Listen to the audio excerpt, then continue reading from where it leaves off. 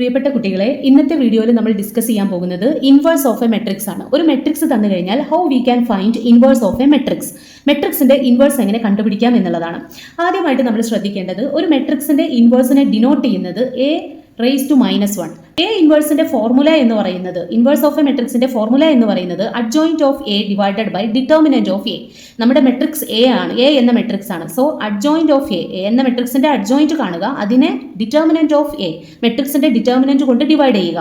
നമുക്കൊരു മെട്രിക്സ് തന്നിട്ട് അതിന്റെ ഇൻവേഴ്സ് കാണാൻ പറഞ്ഞാൽ ആദ്യം നിങ്ങൾ ചെയ്യേണ്ടത് അതിന്റെ ഡിറ്റർമിനന്റ് കാണുക എന്നുള്ളതാണ്. ഫോർമുലയിൽ തീർച്ചയായിട്ടും നമുക്ക് ഡിറ്റർമിനന്റ് കാണേണ്ടതായിട്ടുണ്ട്. So first you should find determinant of A.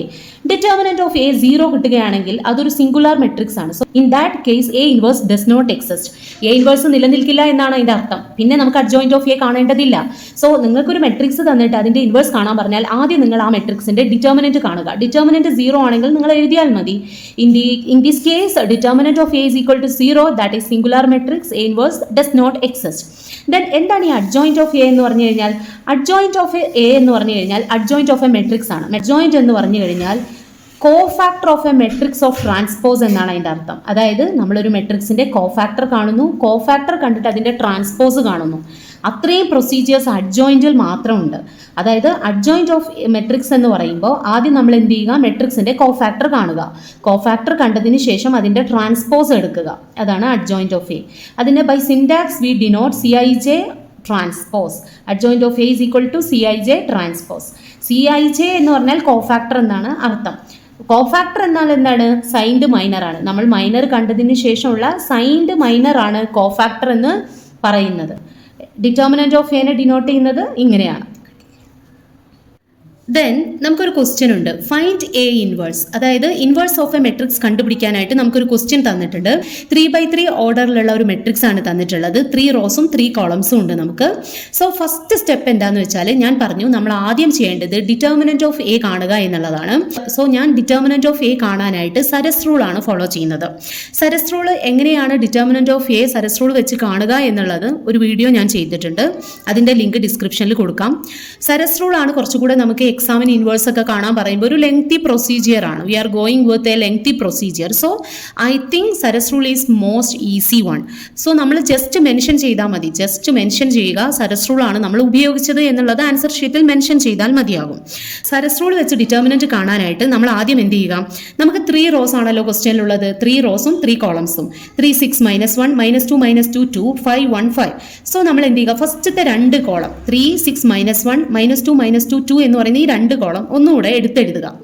മെട്രിക്സിന്റെ കൂടെ ഒന്നുകൂടെ അത് എടുത്തെഴുതുക. എടുത്തെഴുതിയതിനു ശേഷം ഫസ്റ്റ് നമ്പർ എടുക്കുക. ഫസ്റ്റ് നമ്പർ 3 ആണല്ലോ.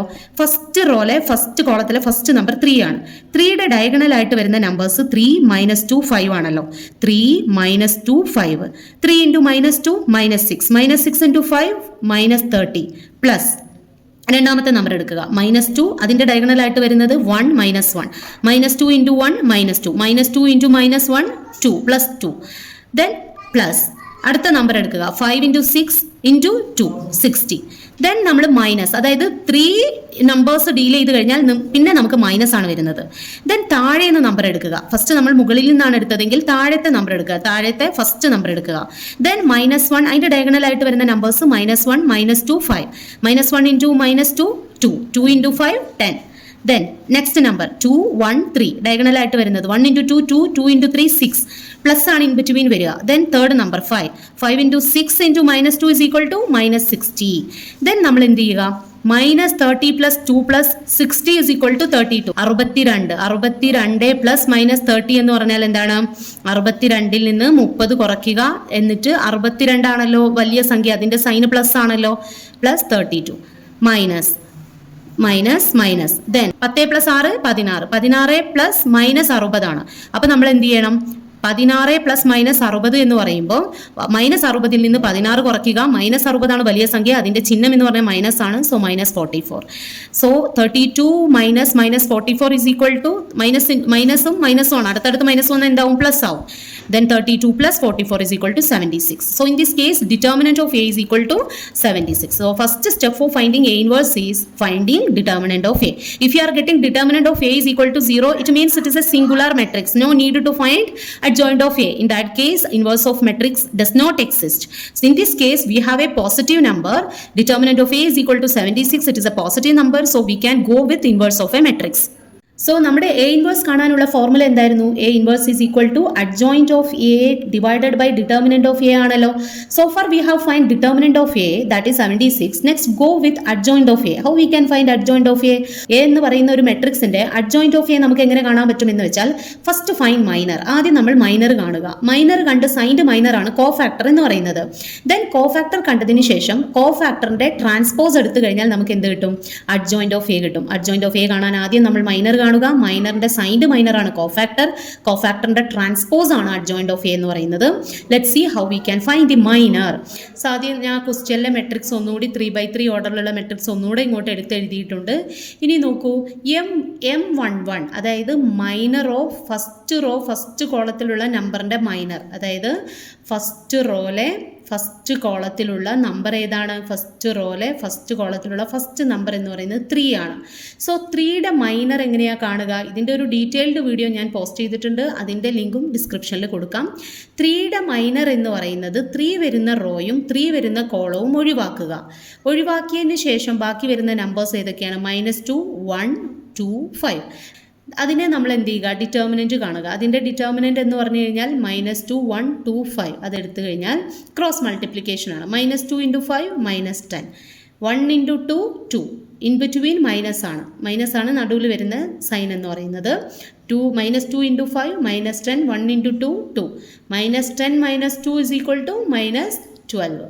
ദെൻ കോഫാക്ടർ എന്ന് പറഞ്ഞാൽ സൈൻഡ് മൈനർ ആണ്. കോഫാക്ടറിന്റെ CIJ, കോഫാക്ടറിനെ നമ്മൾ ഡിനോട്ട് ചെയ്യുന്നത് CIJ എന്നാണ്. CIJ is equal to -1 + i + j × Mij. ഇതാണ് അതിന്റെ കോഫാക്ടറിന്റെ ശരിക്കുള്ളൊരു ഡിനോട്ടേഷൻ എന്ന് പറയുന്നത്. അതായത് I എന്ന് പറഞ്ഞ റോയും J എന്ന് പറഞ്ഞ കോളവുമാണ്. ഇവിടെ M11 എന്നാണ് നമ്മളോട് പറഞ്ഞിട്ടുള്ളത്. M11 അതായത് ഫസ്റ്റ് റോയിലെ ഫസ്റ്റ് കോളത്തിന്റെ മൈനർ ആണ്. സോ -1 / i + j എന്ന് പറയുമ്പോൾ 1 + 1. 1 + 1 എത്രയാണ്? 2 ആണ്. അപ്പോൾ -1 / 2 × -12. അതായത് നമ്മുടെ മൈനർ എത്രയാണ്? -12. -2ന്റെ മൈനർ എന്ന് പറഞ്ഞാൽ എന്താ അതിൻ്റെ അർത്ഥം? -2 വരുന്ന കോളവും കളയുക, -2 വരുന്ന റോയും കളയുക. സോ 6 1 -1 5. 6 1 -1 5. ഇവിടെ നോക്കൂ, 6 × 5 30. 1 × -1 -1. അപ്പോൾ 30 - -1 is equal to -1 പ്ലസ് ആവും 31. പക്ഷെ ഇവിടെ നിങ്ങൾ ശ്രദ്ധിച്ചോ, ഇനി നമ്മൾ കാണുന്നത് എന്താണ്? കോഫാക്ടർ ആണ്. അതായത് ഫസ്റ്റ് റോയിലെ സെക്കൻഡ് കോളത്തിൽ വരുന്ന നമ്പറിന്റെ cofactor C12 is equal to -31. അതായത് ഇവിടെ +31 ആയിരുന്നു, ഇവിടെ കോഫാക്ടർ കാണുമ്പോൾ -31. അതുകൊണ്ടാണ് signed minor is called cofactor എന്ന് പറയുന്നത്.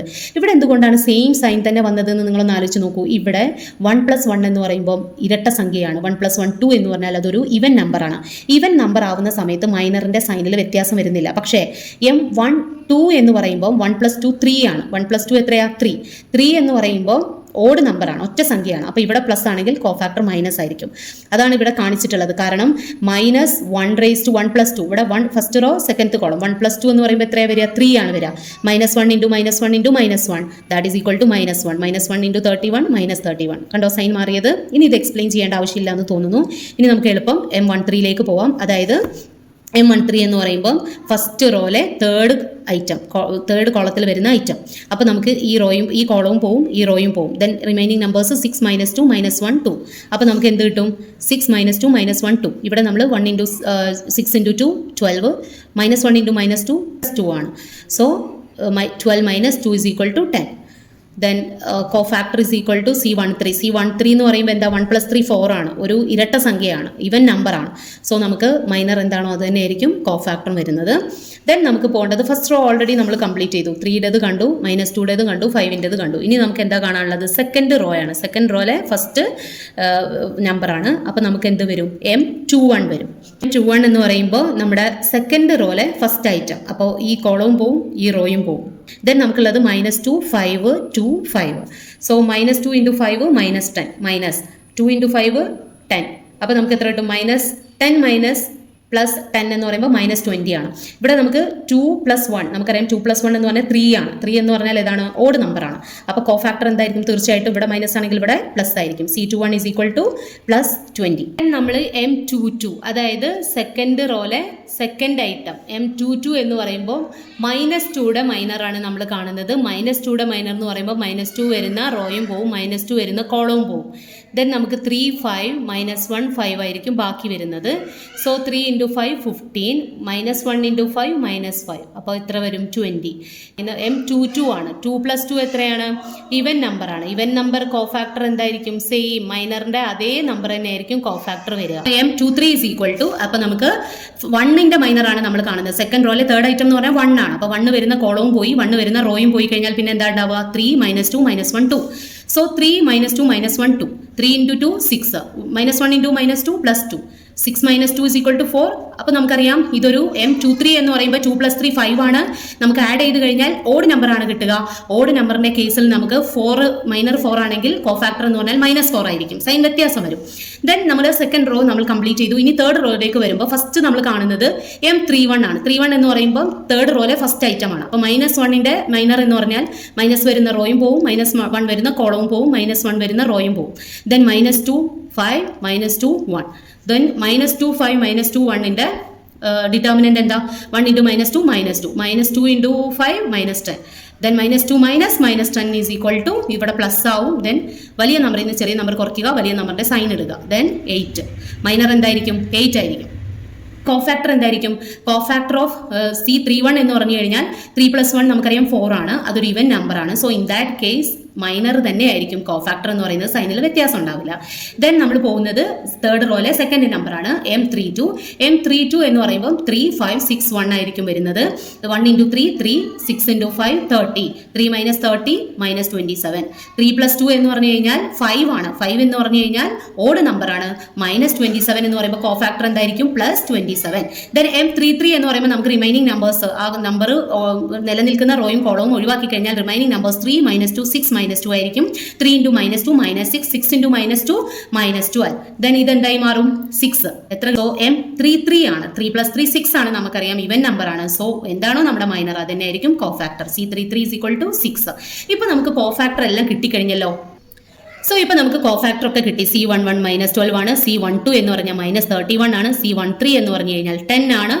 അങ്ങനെ എല്ലാ കോഫാക്ടറും നമുക്ക് കിട്ടിയിട്ടുണ്ട്. C21 എന്ന് പറഞ്ഞാൽ 20, C22 എന്ന് പറഞ്ഞാൽ 20, C23 എന്ന് പറഞ്ഞാൽ -4, C31 എന്ന് പറഞ്ഞാൽ 8, C32 എന്ന് പറഞ്ഞാൽ 27, C33 എന്ന് പറഞ്ഞാൽ 6. Next step